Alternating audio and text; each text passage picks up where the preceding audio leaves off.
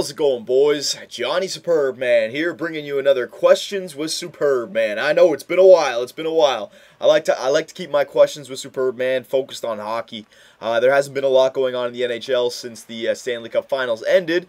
But now that we're a few weeks into the free agency, there's been a few splashes made, some signings in the free agency, some trades. So I want to do two Questions with Superbman videos where I'm going to talk about, this one, it's going to be all about the trades that have happened since the draft, and in the next one, I'll do in a few days, it'll be about all the free agency signings, because there's still a few signings that I'm waiting for, so I want to talk about those. So this Questions with Superbman video is going to be about all the major trades since the draft. You guys can go crazy with your questions again. I haven't done it in a while, so I don't have any questions backlog from you guys. So in this video, I'm just going to answer how I feel about the major trades that have happened in the NHL since the draft, alright? So let's get started.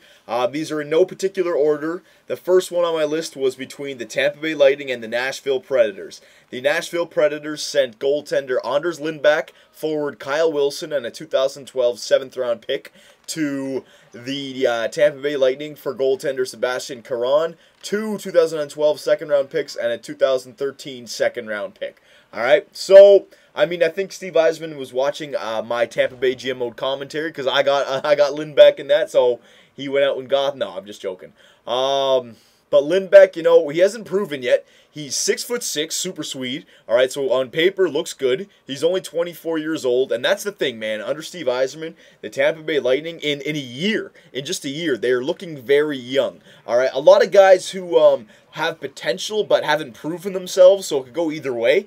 They have a lot of guys like that, but if all of their young guys make out, man, they do have a nice up-and-coming young team, especially with Steven Stamkos and Hedman as your rocks on forward and defense. All right, so Lindback, 6'6", super Swede, 24 years old. That's the key right there. He's young. All right, if he turns out to be a good goalie, he's still got another 10 years at least in him, all right? So it's a good trade for Tampa Bay if he works out, but if he's just another okay goalie, a starter here or there, doesn't get you into the playoffs, eventually turns into a backup and ends up retiring by the time he's like 31, 32, then it's a great trade for the Nashville Predators, because you know what, Nashville, they already have Pekka Rinne locked up long-term. They don't need another goalie, all right? They need a backup, but they don't need another guy who's pushing that #1 spot, all right? They don't need any goalie controversy, so it would be a good trade for the Nashville Predators if Lindback doesn't turn out to be anything special, but if he does turn out to be a good goalie, it's just a good hockey trade for both teams, absolutely, all right? The next trade, let's keep the goalie trend going. Sergei Bobrovsky from the Philadelphia Flyers traded to the Columbus Blue Jackets for a 2012 second pick, a 4th pick in the 2012 draft as well, and a 4th-round pick in the 2013 draft, all right? I think it's a good trade for Philadelphia, because Philadelphia's same kind of thing as Nashville, where they know who their goalie is. Everyone's going to have their opinions on Bobrovsky, whether or not he's a good goalie or not. You know what? That doesn't matter, because they clearly, he's clearly their #1. All right, they're not trying to make any new goaltender moves. He's signed long term, like 9 or 8 years or something like that. It's a doable cap hit per year. All right, so Bobrovsky, at least for the next 2 or 3 years. All right, they have bigger fish to fry right now, I think. And you know what, the salary contract that they gave him, that's why it was a good trade for Philly. Get some draft picks for Bobrovsky. And Bobrovsky, he's not really, he hasn't been proven yet. I know he's shown some flashes of brilliance, but for the longest time, Philly's had that goaltender problem. And he's had his chances, all right? He's had his chances in Philly. Never held it down. So it was a good trade for Philly. And for Columbus, it's a good trade for Columbus as well. They gave up a good pick in this year's second-round pick. I think it was like the 30th or 31st overall pick. So it was a good pick for them. But you know what it gives Columbus? It gives them new hope, all right? Because we'll get into the Rick Nash thing later. When they made the trade, I guess they figured Rick Nash wouldn't be there. They need some hope there in Columbus to sell some tickets. And Steve Mason, he's still young. Their goalie right now, he's still young. He could still have an upside, but there's no hope in Steve Mason. Sergei Bobrovsky, it's a new face. He brings hope. That hope could all go to shit in the first 2 weeks, right? They start off 0-10 or something like that.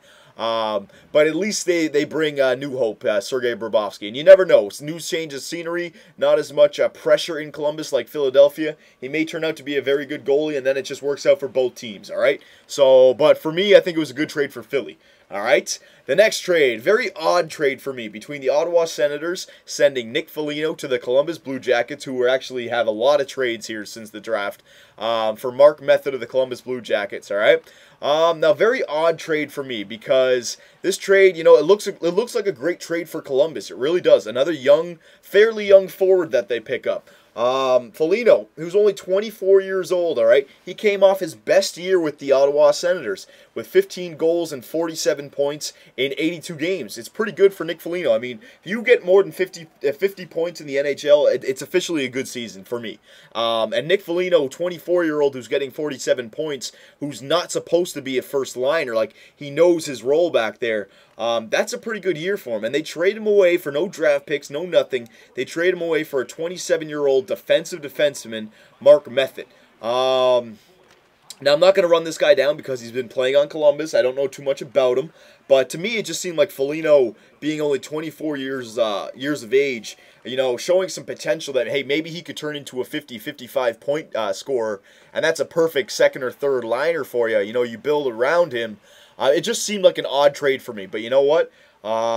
They obviously consider themselves to be a playoff team. Mark Method, another good big body for the playoffs. You know, maybe that's what they felt that they were lacking in the playoffs. I don't know. Maybe they feel like they're strong up front. I don't know what's going on in the GM for, what's his name? The guy with the lisp. Oh, man, I forget his name. But I don't know what's going on in his head. It feels like an odd trade. I really think that Columbus got the better end of this deal. A 24-year-old young guy who got 47 points as a forward for a 27-year-old defensive defenseman who you really don't need because you got to make the playoffs first before you go out and get those big bodies. I think it's a good trade for Columbus, all right? The next trade, Lubomir Visnovsky from Anaheim getting sent to the Islanders for a 2013 second-round pick. Now the Islanders, I mean, no one gives them any credit, but they're clearly making a push. They have older guys like Nabokov. Now they signed, or they traded for Visnovsky. All right, and Visnovsky, when he's healthy, he's a point-producing machine. Now that's the key, when he's healthy, because he is 35 years old now. All right, so is he going to be able to give you, you know, 70, 75, 80 games this season, or is he going to crumble and get a nagging injury there, only end up with like 40? 50 games played, all right? But here's the thing about Visnovsky. If he does get, you know, 75 or more games in, and they're healthy games, and he's playing alongside John Tavares on the power play, the #1 guy, he can get the Islanders a good 50, 55 points. No doubt in my mind he could do that, all right? But that's the thing. If he's healthy, 35-year-old. I still think the trade goes to Anaheim. I got to give the nod to Anaheim just because it's a second-round pick. And the Islanders, they're up and coming, but they're not proven yet. If they have another bad year, well, that pick turns into like the 35th, 36th overall pick. So, and it's for a 35-year-old defenseman. So I got to give the trade to Anaheim. But if the Islanders make the playoffs this year, then it is a good trade for the Islanders. It was worth it. All right. The next trade, Mike Ribeiro for Cody Eakin and a second-round pick from the Dallas Stars. Ribeiro went to Washington, and Cody Eakin and the second-round pick went from Washington to Dallas. All right. Now, this trade, it makes sense for Washington because, you know, the days are long gone from Washington being the run-and-gun goal-scoring team from just a few years ago under Bruce Boudreau. This year, you know, they had good success in the playoffs. Hang on one second. Oh, man. Oh, there you go. You got two. They had good success in the playoffs, but you know what? They just didn't have... Holy crap, there's... Holy crap, there's 4. Holy crap. Are you kidding me? There's freaking... Holy crap. There's 6. We're going to have to stop this recording. Yeah, we're going to have to stop this recording. Hang on a sec. All right, boys, we're back. Sorry about that. I had to go blow my nose. The crap was crazy. Jesus. So, don't worry. That's not going to stop us, though. Let's get right back into this. Where were we? Washington. Mike Ribeiro. Right. Okay, so... Long gone are the days that the Washington Capitals were the run-and-gun offensive juggernaut of the Eastern Conference. You guys saw it in the playoffs this year. They have a different game style now. You know what? When Alexander Ovechkin is not scoring 100 points in a season, getting 50 goals, the whole team suffers. And I know this year was a bit of an off year with him, and Backstrom was injured. You know, it's only 1 year. Things can be turned around. But the need for offense is needed even more in Washington now with the problems that they had last year. Now Semin is leaving. All right, so there's another guy who got you 40 goals a few years ago who's leaving. So they definitely need some more offense. You know what, Mike Ribeiro, he is quietly one of the most consistent players in the NHL. All right, and you know he played on the Dallas Stars in the Western Conference. So I really didn't know too much about him. Like, I knew about him, but I really didn't look at his stats too much. I did some digging. Look at this. All right, hang on a second here. All right, so he's 32 years old, Mike Ribeiro, right? Kind of getting up there in age, but he could be the perfect fit for the Washington Capitals because over the last 8 seasons, since the 2003-2004 NHL seasons, all right, Ribeiro has had at least 50 points in each of those seasons. Now, I know what you're thinking, 50-point seasons, that's not amazing, all right? But if you have at least 50 points in 8 consecutive seasons, that's saying something. That's consecutive. That's not just one-off season, all right? But hang on, let me dig a little deeper.